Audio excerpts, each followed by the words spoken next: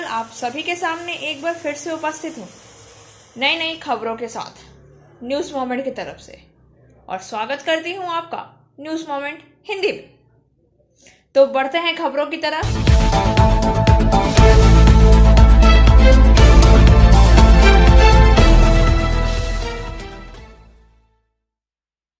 लगातार खबरों के लिए बने रहिए हमारे साथ। मिलते हैं छोटे से ब्रेक के बाद। PSG TVS Asansol, mobile number 8695607709, toll free number 1800123399999। India's first scooter, play smart play pick. Chhattisgarh police ने महात्मा गांधी के खिलाफ टिप्पणी को लेकर मध्य प्रदेश के हिंदू संत कालीचरण महाराज को किया गिरफ्तार। This news sponsored by Hillview hospital. Your health is our concern.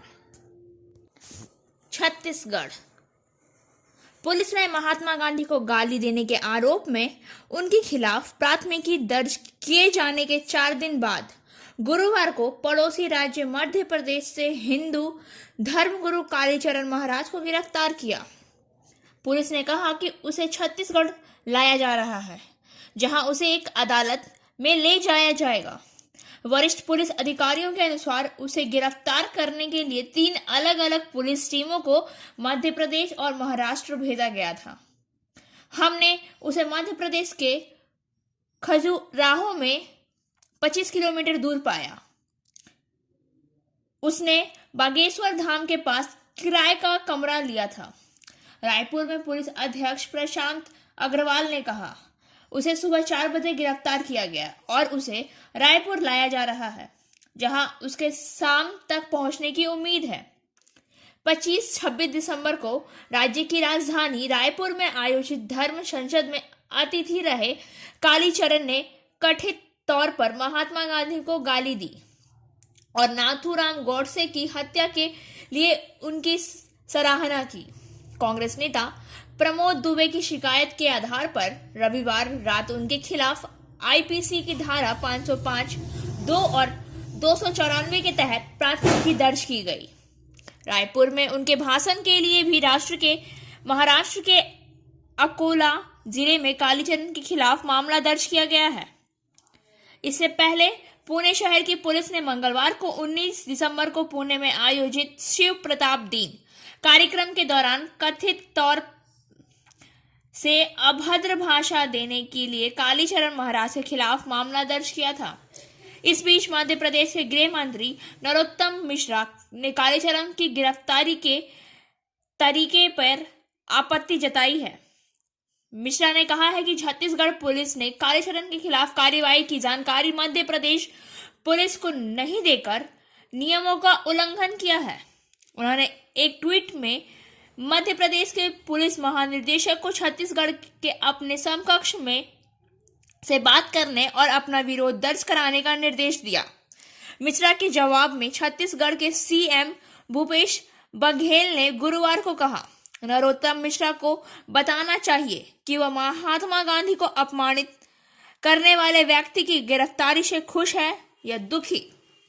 Chhattisgarh police द्वारा किसी भी नियम का उल्लंघन नहीं किया गया है और न ही प्रक्रिया के अनुसार गिरफ्तारी की गई है। आसनसोल म्युनिसिपल कॉर्पोरेशन के लिए वाम मोर्चा उम्मीदवार सूची। This news is sponsored by India international school. Asansol ने उम्मीदवारों की सूची प्रकाशित की है। चुनाव में वाम मोर्चा 22 जनवरी को होने वाले नगर निकाय चुनाव से पहले वाम मोर्चा ने सबसे पहले अपने 6 उम्मीदवारों की सूची की घोषणा की। उम्मीदवारों की सूची पूर्व सांसद वंश गोपाल चौधरी ने प्रकाशित की है। जिला समिति सचिव गौरांग चटर्जी, माकपा नेता आरसी सिंह और विनोद सिंह मौजूद थे। রানীগঞ্জ এবং জামুরিয়া পৌরসভাকে যেভাবে বিলোপ করা হয়েছে এবং 3টি পৌরসভাকে বিলোপ করে নাগরিক পরিষেবাকে তলানিতে নিয়ে যাওয়া হয়েছে। এই 3টি এলাকা পৌরসভা হিসেবে যে পরিষেবা পেত সেই পরিষেবার বিন্দুমাত্র অবশিষ্ট নেই।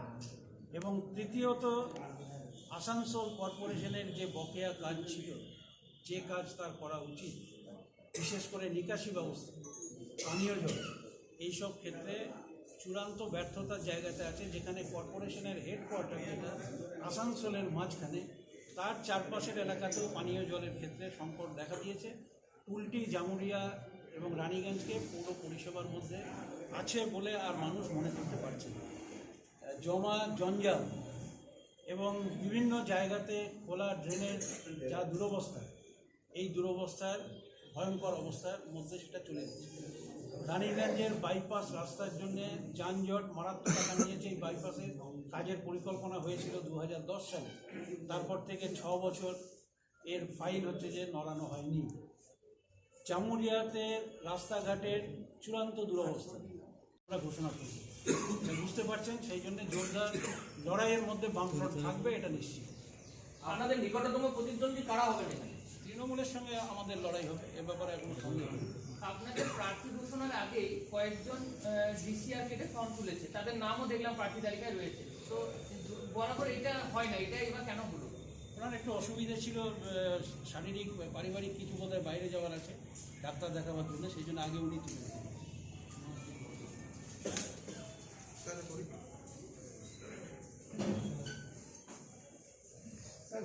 পানীয় জলের সেই পরিষেবা কোথায়? পানীয় জলের নতুন প্রকল্প কোথায়? এই পৌর পরিষেবার ক্ষেত্রে যে ব্যর্থতা, মূলত নাগরিকদের পৌর পরিষেবা, সেই পৌর পরিষেবার জন্যই হচ্ছে যে এই নির্বাচনে আমরা মানুষের কাছে আহ্বান। কংগ্রেসের সঙ্গে আসন সমঝোতা করলেন না, এটা কি শাসক দলকে সুবিধা করে দেবে না? শাসক দলকে ব্যাপার হচ্ছে যে আঞ্চলিক যে স্বায়ত্তশাসিত এলাকা कुहासे की चपेट में आने के कारण एक सरकारी बस अनियंत्रित होकर एक पेड़ से जा टकराई। This news sponsored bye motion Durgapur centre. गुरुवार की सुबह लाउदोहा के कालीपुर मोड़ में के पास कुहासे की चपेट में आने के कारण एक सरकारी बस अनियंत्रित होकर एक पेड़ से टकरा गई। घटना सुबह 7 बजे के लगभग हुई थी। स्थानीय सूत्रों के मुताबिक गुरुवार की सुबह 7:30 बजे के करीब घना कुहासा के कारण दक्षिण बंग राज्य परिवहन संस्था की सरकारी बस दुर्घटनाग्रस्त हो गई। बस दुर्गापुर से मधईपुर जा रही थी। कालीपुर मोड़ के पास बस अनियंत्रित होकर रास्ता के किनारे खड़ी एक पेड़ से टकरा गई। दुर्घटना में बस के सामने का हिस्सा क्षतिग्रस्त हो गया है। बस के चालक व खलासी घायल हो गए। स्थानीय लोगों ने उसे बचाकर लाउदोहा ब्लॉक स्वास्थ्य केंद्र ले गए। अस्पताल सूत्रों ने बताया है कि प्राथमिक चिकित्सा के बाद उन्हें छोड़ दिया गया। लाउदोहा पंचायत प्रधान पिनाकी बनर्जी ने कहा कि दुर्घटना के समय बस में अधिक यात्री नहीं होने के कारण कोई बड़ी समस्या नहीं हुई है। रहमतनगर इलाके में उल्टी गंगा बहती दिखाई दे रही है। बर्नपुर से अंकित श्रीवास्तव के अनुसार बुधवार को बर्नपुर के रहमतनगर इलाके में उल्टी गंगा बहती दिखाई दे रही है।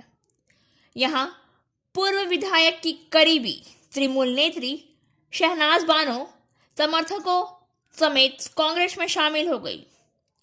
वार्ड नंबर 83 की शहनाज बानो को कांग्रेस नेता हरजीत सिंह ने झंडा थमाकर कांग्रेस में शामिल किया। शहनाज बानो ने कहा है कि 5 साल में वार्ड में कार्य नहीं किया गया है, इसलिए वह तृणमूल कांग्रेस छोड़ रही है। कांग्रेस में प्रियंका गांधी से प्रभावित होकर आई है ताकि उन्हें काम करने का मौका मिले। मौके पर प्रवीण यादव, आफ्ताफ आलम आदि मौजूद थे। लगातार खबरों के लिए बने रहिए हमारे साथ। मिलते हैं छोटे से ब्रेक के बाद।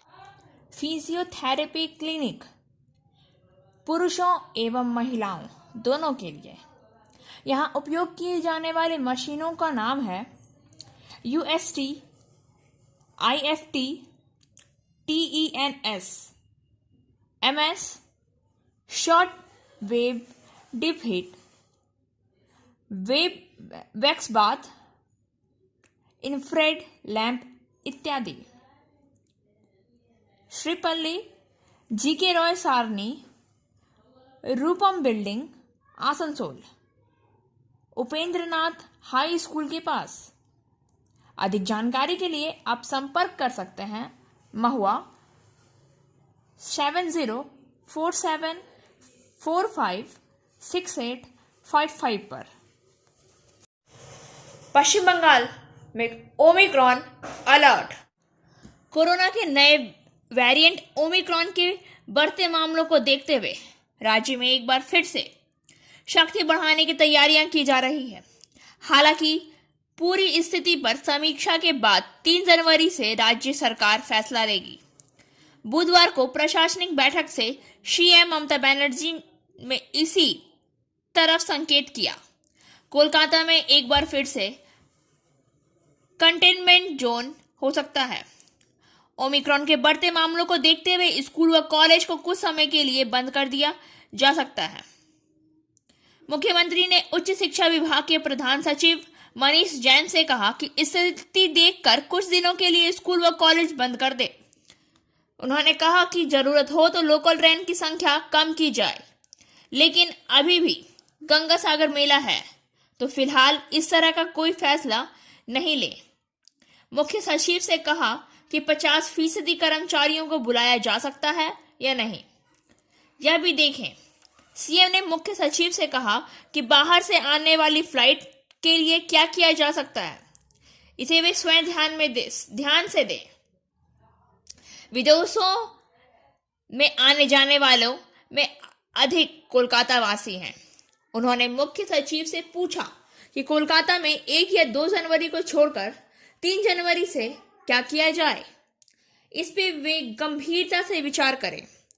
उन्होंने राज्य के स्वास्थ्य विभाग के प्रधान सचिव नारायण स्वरूप निगम से जानना चाहा कि अभी कोरोना की क्या स्थिति है। इसके जवाब में निगम ने कहा कि संक्रमण बढ़ना शुरू हो गया है।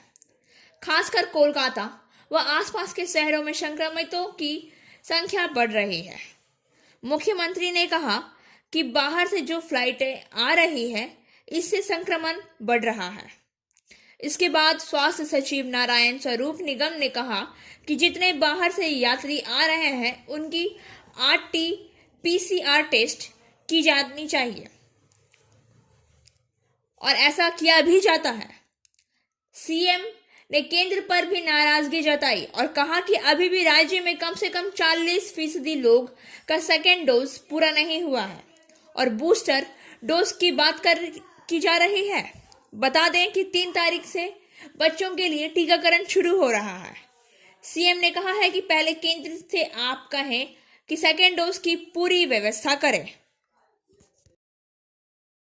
लगातार खबरों के लिए बने रहिए हमारे साथ। मिलते हैं छोटे से ब्रेक के बाद। Angel Vidya Mandir, a sure way to success. We provide class 8 to 10, class 11 and 12, graduation honors and program. We also provide all types of competitive class. For further information, please contact 9932864067 or 8116183079. घर के मालिक को धमकी भरी चिट्ठी एवं उसके एक भाड़ीदार को कीमती गाड़ी में आग लगा देने की घटना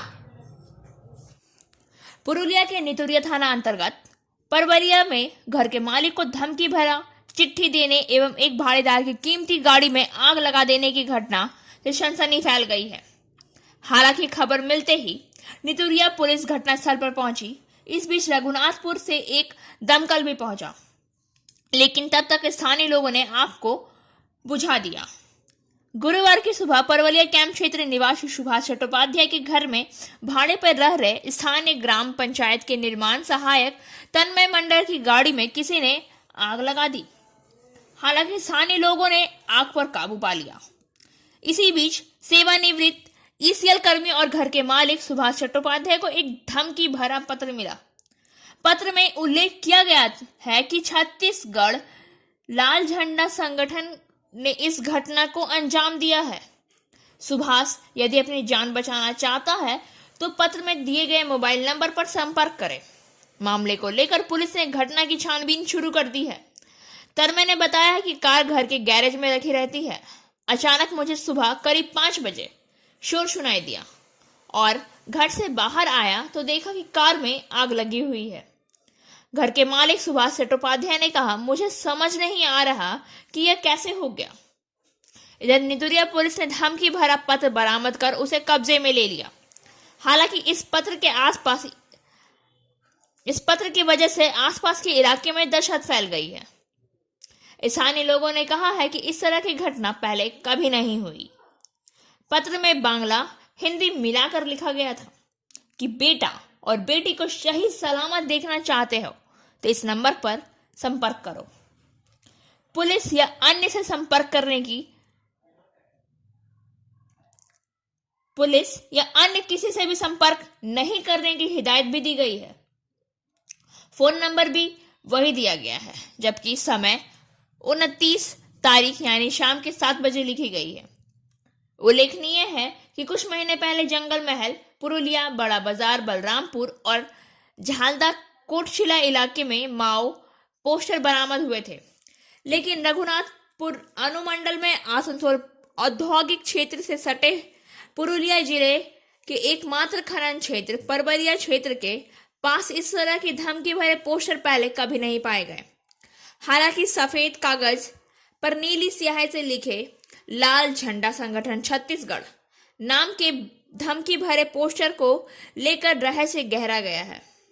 हालांकि पोस्टर में कहीं भी माओवादियों का नाम नहीं है, फिर भी सवाल यह है कि यह पोस्टर किसने दिया। यह सवाल क्षेत्र के राजनीतिक गलियारों में उठना शुरू हो गया है। पुलिस जांच के बाद ही पूरे मामले का खुलासा होगा। हालांकि आज की घटना के बाद ईसीएल के इस खनन क्षेत्र में दहशत का माहौल है। लगातार खबरों के लिए बने रहिए हमारे साथ। मिलते हैं छोटे से break. Share and subscribe and forward YouTube channel News Moment. For more details and for advertisement, contact editor 956383. अस्पताल में इलाजरत मरीज की मौत, चिकित्सकों पर लगा लापरवाही का आरोप, हंगामा।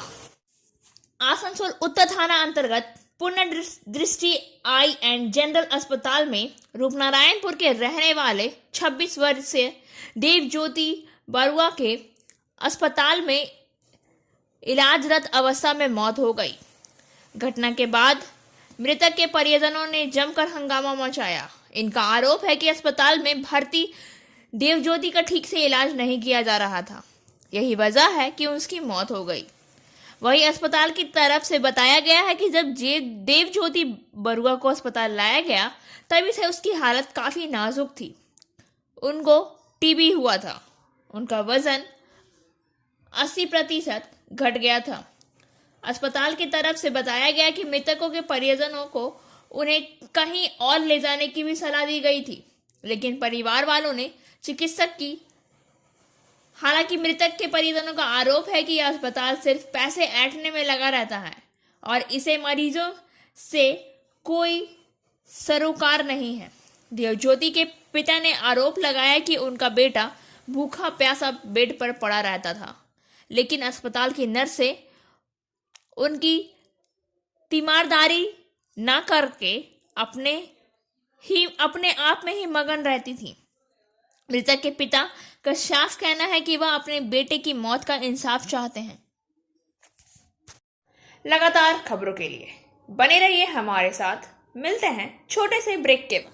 Biofina, drink healthy, stay healthy. Lychee flavor. For trade inquiry, mail care@rkmgroup.in. Contact toll free number 1800-258-7060. आइए जानते हैं देश में क्या है कोरोना का हाल। केंद्रीय स्वास्थ्य मंत्रालय ने गुरुवार को कहा कि भारत में 33 दिनों के बाद रोजाना 10,000 से अधिक कोविड मामले दर्ज किए गए हैं। देश के लोग के बीच सतर्कता बढ़ाने की जरूरत है। मीडिया को जानकारी देते हुए केंद्रीय स्वास्थ्य मंत्रालय के संयुक्त सचिव लव अग्रवाल ने कहा कि भारत में पिछले सप्ताह औसतन 8,000 से अधिक मामले प्रतिदिन दर्ज किए गए। कुल मिलाकर सकारात्मकता दर 0.92% है। उन्होंने कहा 8 जिले में साप्ताहिक सकारात्मकता दर 10% से अधिक है, जबकि यह 14 जिले में 5 से 10% है। दिल्ली के स्वास्थ्य मंत्री सत्येंद्र जैन ने गुरुवार को कहा कि बिना यात्रा इतिहास वाले लोग ओमिक्रॉन कोविड संस्करण के लिए संक्रमित हुए हैं। इसका मतलब यह है कि धीरे धीरे समुदाय में फैल रहा है। जैन ने यह भी कहा है कि राष्ट्रीय राजधानी में अब तक अनुक्रमित 115 नमूनों में से 46 ने नए तनाव के लिए सकारात्मक परीक्षण किया था। दिल्ली में अब तक सबसे अधिक ओमिक्रॉन मामले सामने आए हैं, 2,631। भारत ने पिछले 24 घंटे में 13,154 नए कोविड-19 मामले दर्ज किए हैं। सक्रिय मामले 82,402 हैं, जबकि मरने वालों की संख्या 4,80,860 हो गई है। दिल्ली में 263 और महाराष्ट्र में 252 मामलों के साथ गुरुवार तक ओमिक्रॉन मामले की संख्या बढ़कर 961 हो गई है। 961 मामलों में से 320 ओमिक्रॉन के मामले पहले ठीक हो चुके हैं या उन्हें छुट्टी दे दी गई है। महाराष्ट्र उन कई राज्यों में शामिल है जिन्होंने बुधवार को कोविड-19 मामले में तेज वृद्धि दर्ज की है। दिल्ली ने 923 ताजा मामले दर्ज किए, जो एक दिन पहले पाए गए 496 से भारी वृद्धि को चिन्हित करता है। सकारात्मकता दर भी 1.29% तक उछल गई है। अन्य शहरों में मुंबई ने 2,510 मामले दर्ज करते हुए एक विशाल स्पाइक दर्ज किया। इसके अलावा बेंगलुरु में 400, कोलकाता में 540 और चेन्नई में 294 संक्रमण पाए गए हैं। लगातार खबरों के लिए बने रहिए हमारे साथ। मिलते हैं छोटे से ब्रेक के।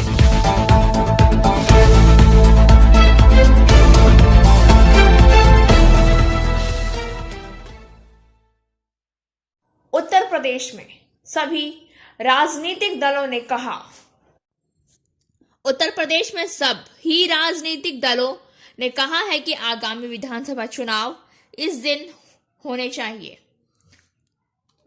चुनाव आयोग ने आज कोविड प्रोटोकॉल सुनिश्चित करते हुए कहा, नए संक्रमण में स्पाइक के बीच चुनाव होंगे या नहीं, इस पर हवा को साफ करते हुए मुख्य चुनाव आयुक्त सुशील चंद्रा ने मीडिया को बताया कि सत्तारूढ़ भाजपा प्रमुख चुनौती समाजवादी पार्टी, कांग्रेस और बहुजन समाज पार्टी सहित सभी दलों ने कहा कि चुनाव समय पर होने चाहिए।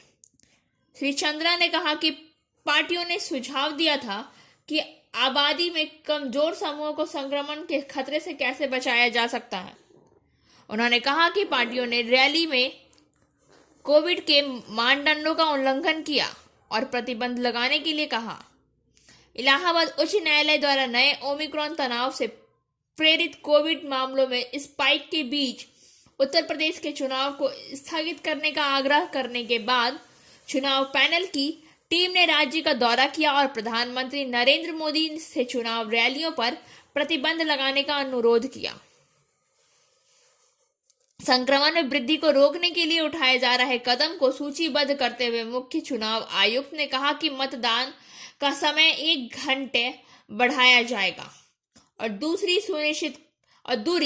को सुनिश्चित करने के लिए 11,000 बूथ जोड़े जाएंगे।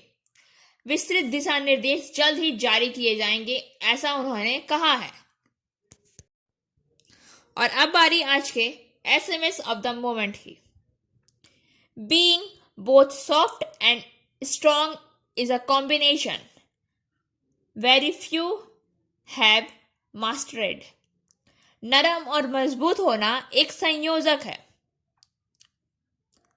जिसमें बहुत कम लोगों को महारत हासिल होती है। खबरों का सिलसिला नहीं समाप्त होता है। वक्त हो गया है आपसे विदा लेने का, लेकिन उससे पहले please like, share and subscribe our YouTube channel and don't forget press the bell icon for further notification.